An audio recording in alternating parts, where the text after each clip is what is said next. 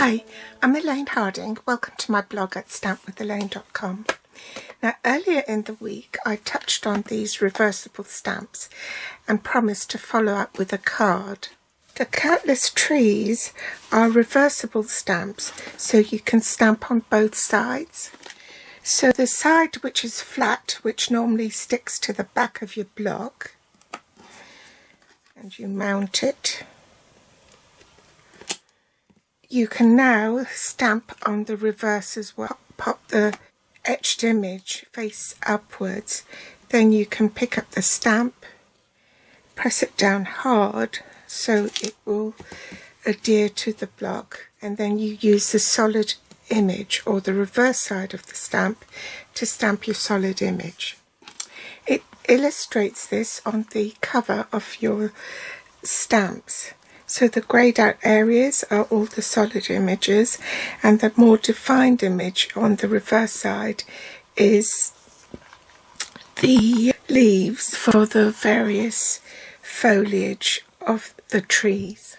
This is the card we'll be making today. As I said, it's really clean and simple. The other stamp set I'm using is Waves of Inspiration for the Happy Birthday, and also the dies, which are called Waves dies for the clouds here. This is still available as a bundle, so it would save you 10% if you purchase both together.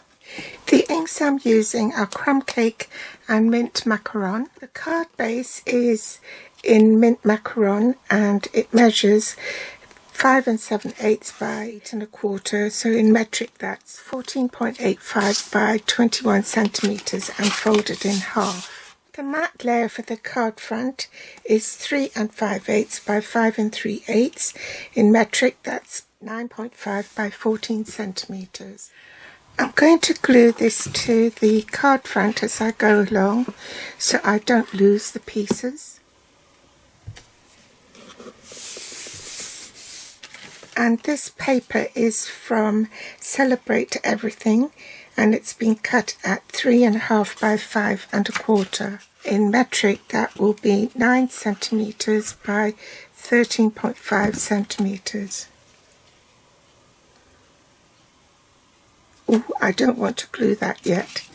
Sorry. Then there's a basic white piece which is the same size as the Designer's Series paper, and it's also been cut at 3.5 by 5 1/4. As you can see from the card, this is the bit that I'm going to stamp on. Then I'm going to fussy cut around that and stick it on top of the Designer Series paper. So I'm going to need to trim it. For the inside of the card, 3 3/4 by 5 1/2, which is 9.5 by 14 centimeters. Actually, I can glue that on top because this is the same size as that, so it shouldn't affect it. So let's stamp the inside of this card, which is just a coconut palm. I'm going to stamp the solid image first. Stamp off. Stamp on. Remember to clean the stamp before you flip it over and mount it on the other side. The etched image is flat face down on the surface, and you pick up the flat side, okay, because now you want to stamp the patterned side like so. Now when you're stamping the reversibles, being photopolymer stamps, they can get bent out of shape, so if you just place it on the mat so it goes to its natural form, then you can pick it up. Now I'm going to stamp the solid image first, so I'm attaching the detailed side to the block. Then ink it up, you have to stamp off, then stamp on. Remember to clean the stamp before you flip it over to mount it on the detailed side, which is the normal side. For these reversible stamps, it's easier to stamp the solid image first, and then you can use the solid image to help you align the more detailed elements of the stamp onto the tree. Now we can glue this piece into the inside of the card. Now let's do this. I knew I'd forgotten something. I forgot to stamp the grass.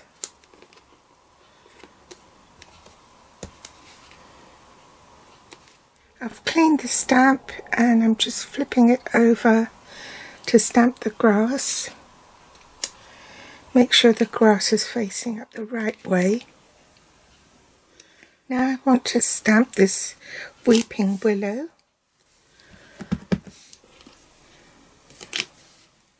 Remember to clean it before you stamp the other side.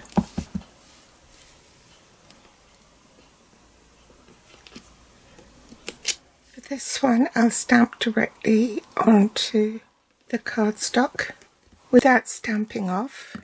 I've had to redo this off camera because I'd smudged it.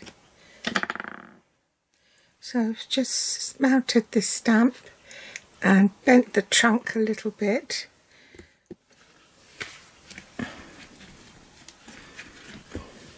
Now the tricky bit is to do the detailed stamp. So let's hope that I can adjust it so that it will follow the contour of the tree. Well, that will do. Probably not perfect. So I want to stamp the reverse first. So the etched side is face up. Pick it up, press firmly, then stamp off and stamp on. Clean the stamp, then put it with the flat side up this time, which is the normal way, and pick up the stamp and stamp again. Okay, then I want to fussy cut around the trees, so I'm going to go around the leaves. I'll speed this up.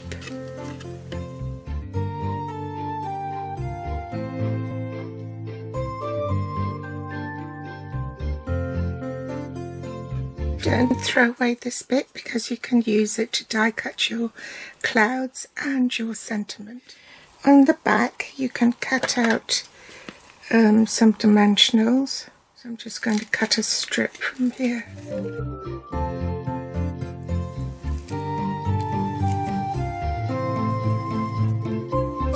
Add a strip for the trunk here.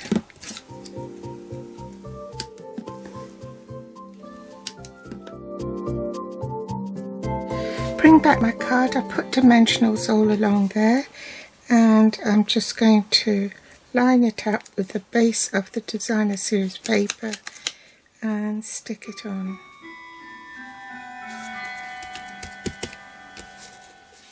I'm going to stamp Happy Birthday from the Waves of Inspiration stamp set. I've trimmed it down and then cut it in the center to create the flag ends, and do the same on this end. So cut in the middle like so, and then from the outer edges cut toward the center and curl that, and I'm going to glue that directly onto the card because I don't want any more bulk.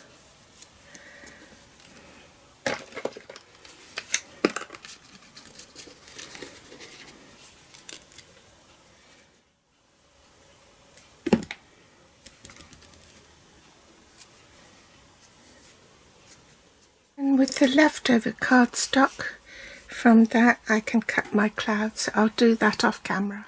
So I've put dimensionals on the back of this, and we'll just pop that on I'm going to glue the largest cloud down with glue.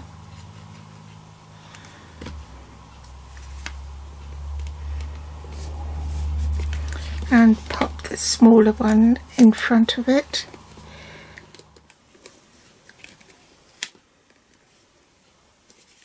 Before I go, here's another card I made. This uses the deckled edge dies, and the house is from Ringed with Nature. And this is the inside. And this one I use the border dies to create some interest, and this one, the house is from Sweet Gingerbread, and I put a topiary tree on the front of this card. The sentiment is from this set as well for the other card, which I showed you earlier. So I hope you've enjoyed today's tutorial. Pop back for more inspiration next time. If you'd like to read more, then do hop over to my blog. I will provide a link below.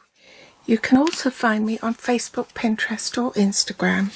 Thanks for joining me today, and I'll be back with more inspiration next time. Bye!